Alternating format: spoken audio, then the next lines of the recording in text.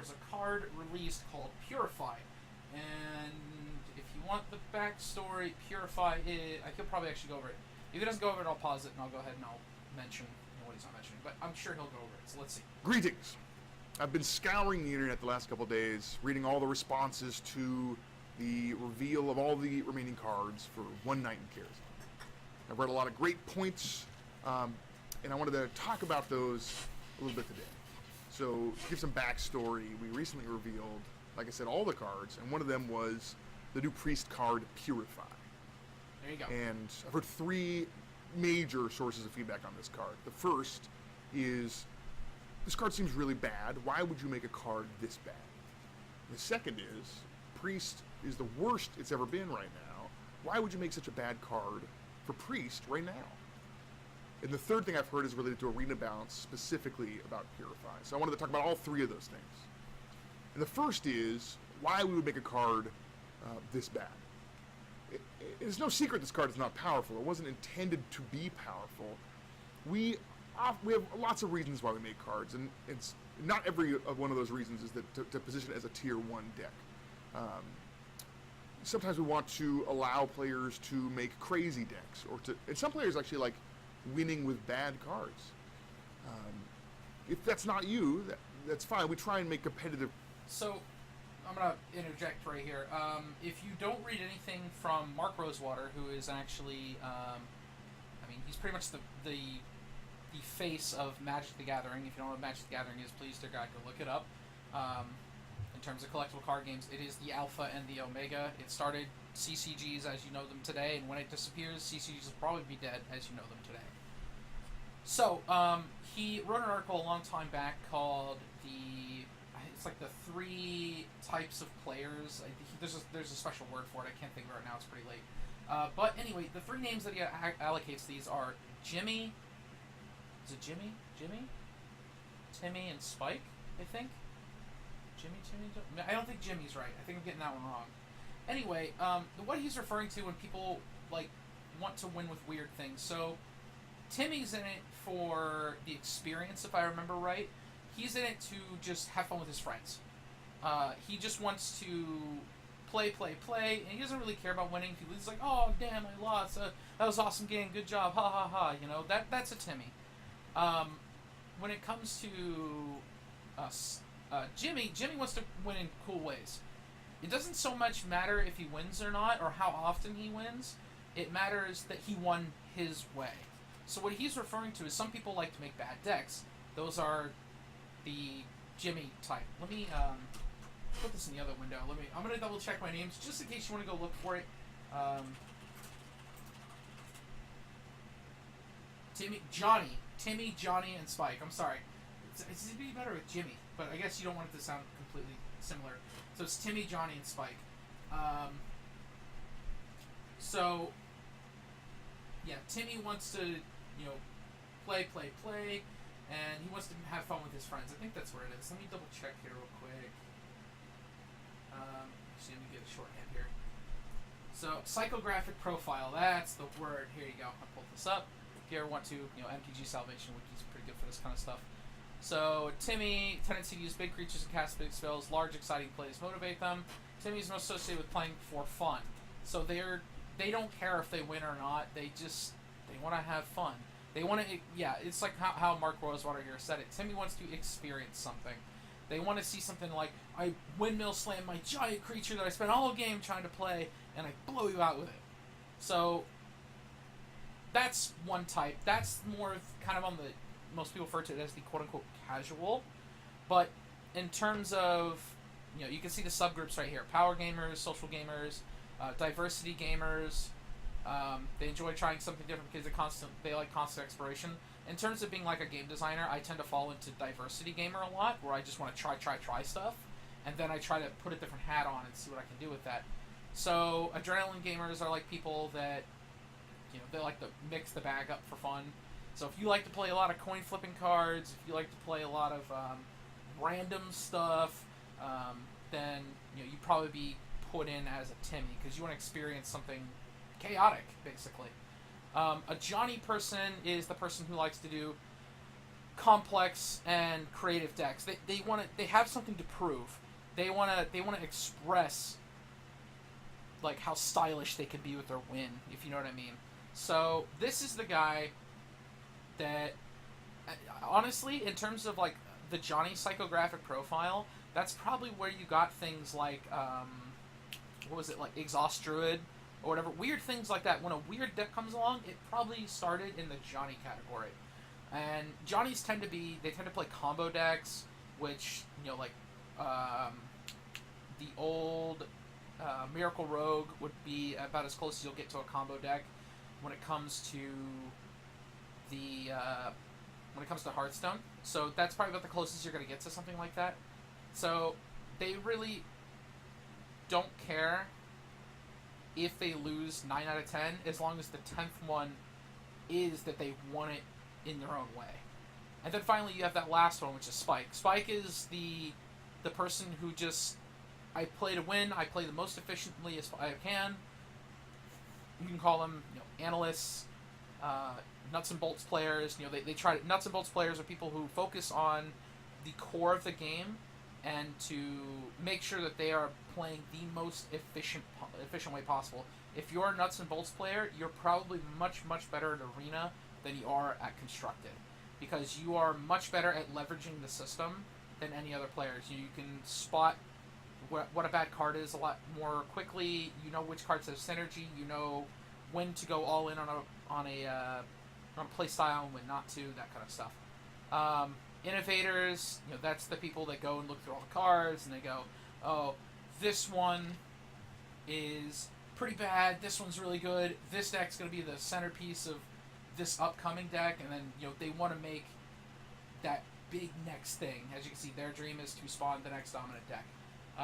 Tuners, that's kind of where I fall a lot. I take a really good deck and I try to find places, or I take a deck that's not so good and I try to fine tune it to make sure it works, not only in the current meta, but actually works a lot better.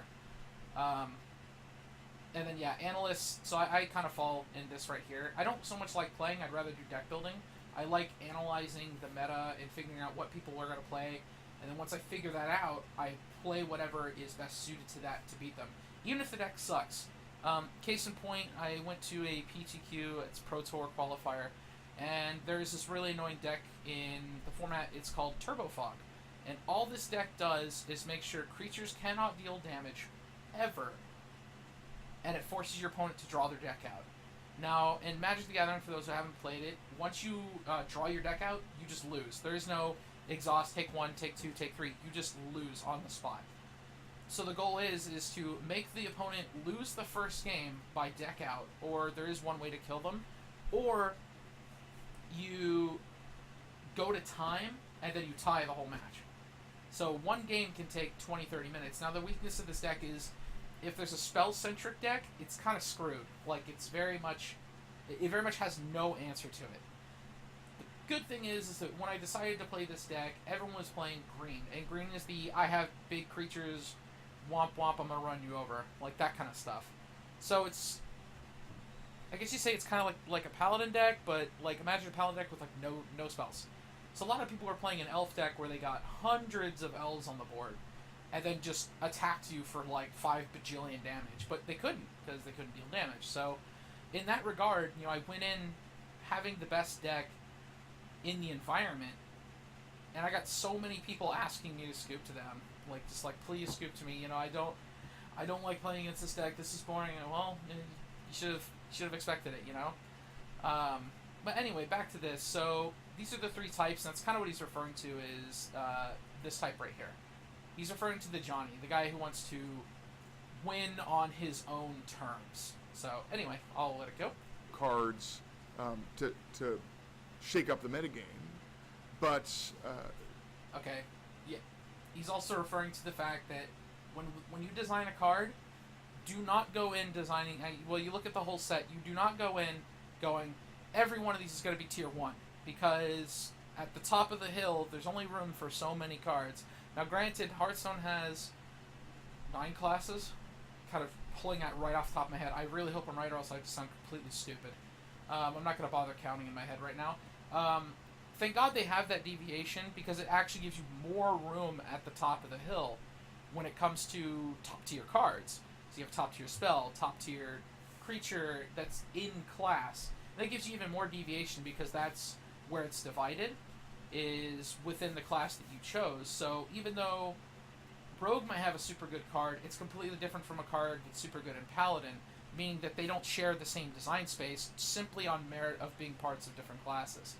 So he's referring to the fact that when you make a set, you do not start making a set with the thought of everything must be just OP, OP, OP.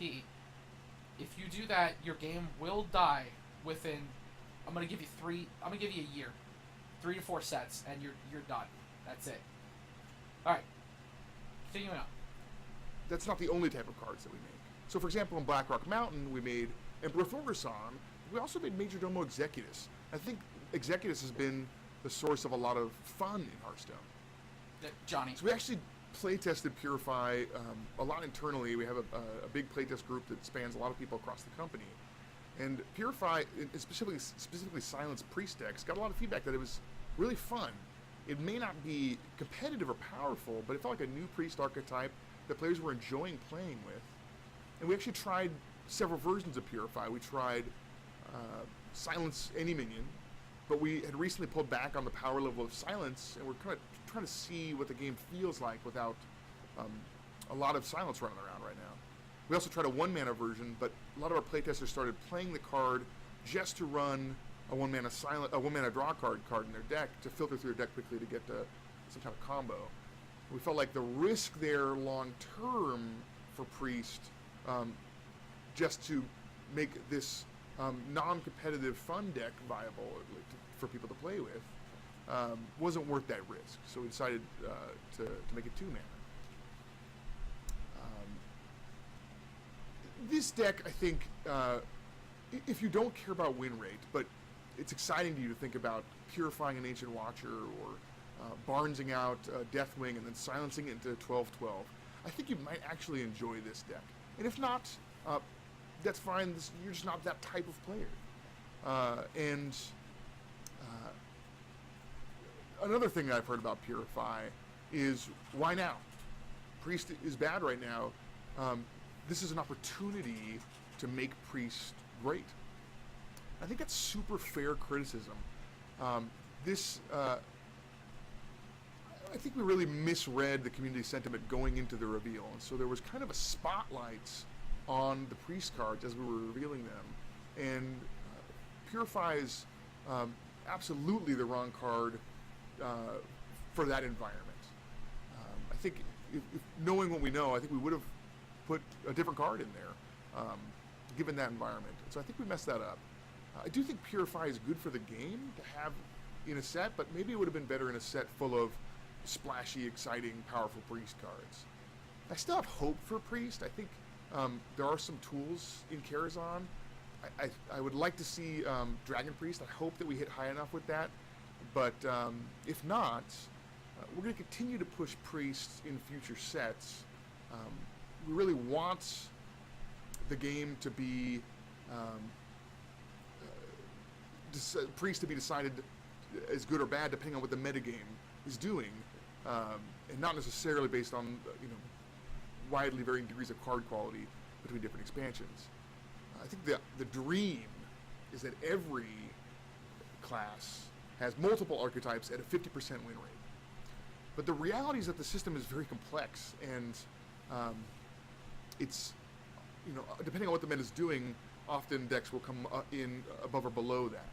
And so, like I said, I still have some hopes for Priest, but we'll see. And if it doesn't happen, we'll make changes going forward.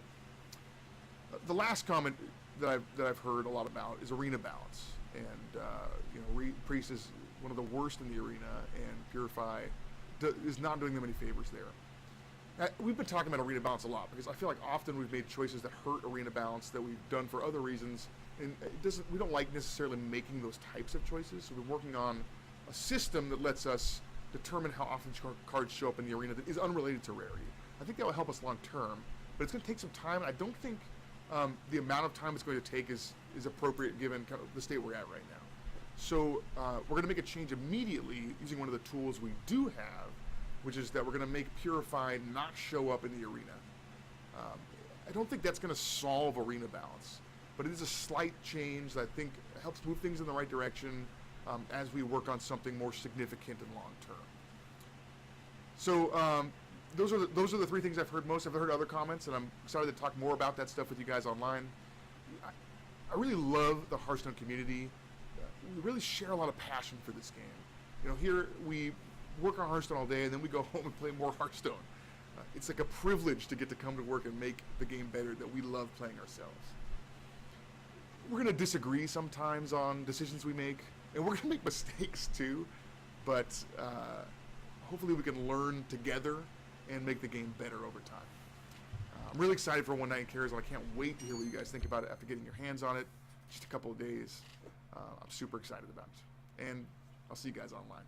Thanks for watching. Okay, so it's a good move to it's a good move to not make it appear in Arena. Honestly, it seems like a lot of their decisions lately has just not been Arena centric, almost to the point of we don't care about Arena. So like you look at some of these cards in the set, and here's Purify right here. I actually found this kind of funny. I looked through this whole set, and every single class, I think the main classes, sorry. So we got this. There's something called a cycle. When you do a cycle, it's a bunch of cards that are similar, but they're different. And I'll kind of point it out to you. So the portal cycle: Silvermoon Portal, Maelstrom Portal, Ironforge Portal, Firelands Portal. Those are the 4, and there's Moongate Portal right here. So 5. So if you go through them, they all say, do something, and then summon a random costed minion. Now the big thing to notice here, so like the Shaman one is 1 cost minion, deal 1, it's a strictly better Arcane Explosion. Strictly better. Arcane Explosion is 2 cost, deal 1 damage to all enemy minions, but it also summons a random 1 cost minion. Now, a 1 cost minion is not going to just like make people flip tables or anything, but it's still a simple power creep version of Arcane Explosion. However, because, again, like I stated before, it is not a mage card, it does not count against the balance of the game because they are strictly in 2 different quote-unquote pieces of the pie. So this one's 1 cost. Then you have the 2 cost right here, which is for Paladin. So give a minion +2/+2, summon a random 2 cost minion. Woo, There is the 4 cost right here. Gain 4 armor, summon a random 4 cost minion. Not bad. Pretty good card. And then you have, I think this one down here. Nope. So this one's 5 cost, deal 5 damage, summon a random 5 cost minion. This one's going to be a big problem. Simply on the merits that it's common, and that is a huge swing in terms of tempo, because 5 damage is pretty much going to blow up just about anything, unless it's already like a game-ending thing, and then you're going to get a random 5 cost minion on top of it at a common. So that's already, it's just a 2-for-1 straight up. And remember, it says deal 5 damage, so you can always go to the face with it to add more pressure. And then you have the Moonglade Portal, which is restore 6 health, summon a random 6 cost minion. Meh, whatever. I mean, restore 6 health is whatever. If you didn't notice there, I went 1 cost, 2 cost, 4 cost. Now notice 3 is nowhere to be found. There is nothing that says summon a random 3 cost minion. 3 cost minions have long been they're either the really good utility cards in terms of minions, or they're just really big tempo swings. The big one that everybody knows about is the Piloted Shredder. So imagine if you had one of these portals and it summoned a Piloted Shredder out of it, that'd be pretty ridiculous, actually. So it's my belief that originally Priest was supposed to get a portal card that summoned a random 3 cost minion and did something else on top of it. Whatever that might be. It could have been like, what is it like? Restore 2 health to all of your minions, or to all minions, or something like that. and then summon a random 3 cost, and then that one costs 6. That's 7. That's 5, 2, 4. It probably costs. You can't make it cost 3. It probably costs 5, honestly. It's something stupid. I'm really just throwing things out, but I really do think it had that, and then I think that it was too strong in terms of the randomness of what it could potentially get. Like, it was on a tier that was higher than all these other ones. So, I honestly think this one was slotted in later, and they didn't have as much time with all these other as they did with all these other cards. Most of the other cards in the set are pretty interesting. They have this. It's the Menagerie deck is what they're pushing. The give a random friendly. It does Beast Dragons and Murlocs, and really what people are going to do with it, they're not going to play all 3 like 33% each in their deck. They're going to play one main one, and then they're going to quote-unquote toolbox the other 2. So, for instance, one of them I think summons one of each. I'm trying to find it. So the Curator.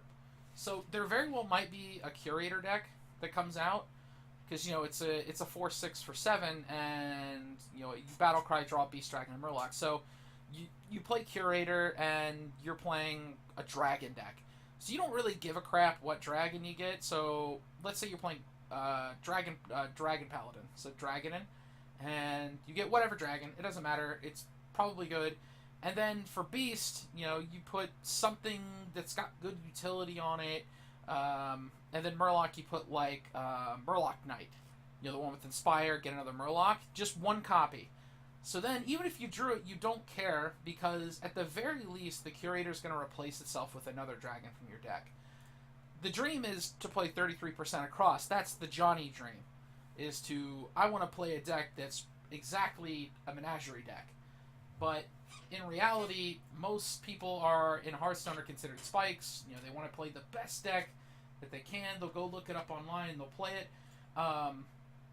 That person will probably play it exactly how I'm saying. If the Curator sees play, I don't know. I think 4/6 is a pretty big letdown for a cost of 7, but at the very least it's a 4, so it can't be just completely blown out by a priest.